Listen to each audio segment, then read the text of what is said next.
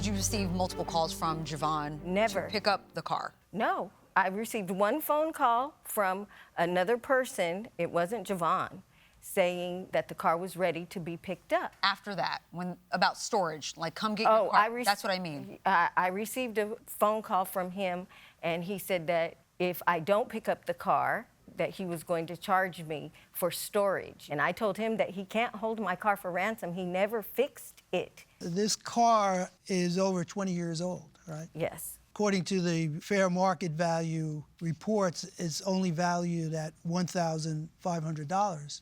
No. Do you have a Blue Book valuation different than that? Well, I was suing for $5,000.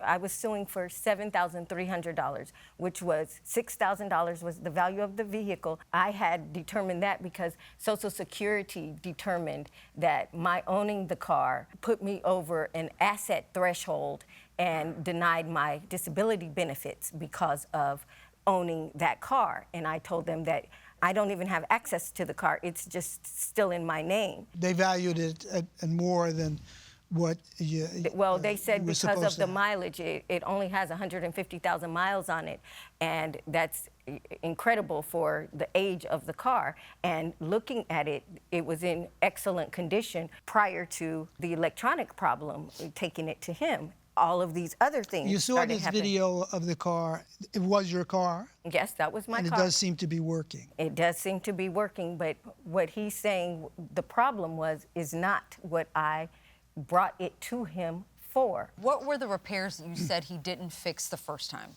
The shutting off problem. That's it? Yes. You said repairs, like it was just a litany of like things that he just didn't fix. Well, when I sent it to him the second time, there's a water reservoir that sits at the very front of the engine, and it was all cracked up. And I told him, I told the person that I talked to on the phone that needed to be replaced. And when I went to pick it up, he had replaced a $250 part from the radiator.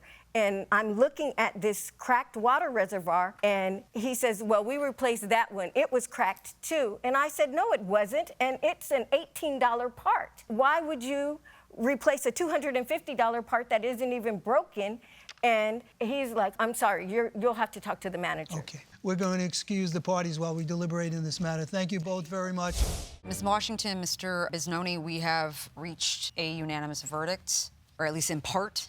This was a very difficult case because we had to basically go with whatever you guys provided and try to piecemeal something that was fair for both parties.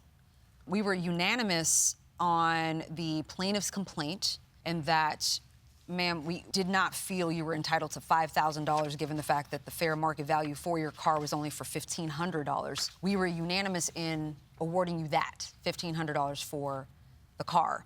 On the countersuit, it was not unanimous. It was majority rules. And Judge Juarez and I believe that you are entitled to the $570 for repair work that you, Ms. Washington, did approve. But we are not going to grant you storage fees. So that part of your claim would be denied. And Judge Corriero dissents in that he would have dismissed your entire countersuit.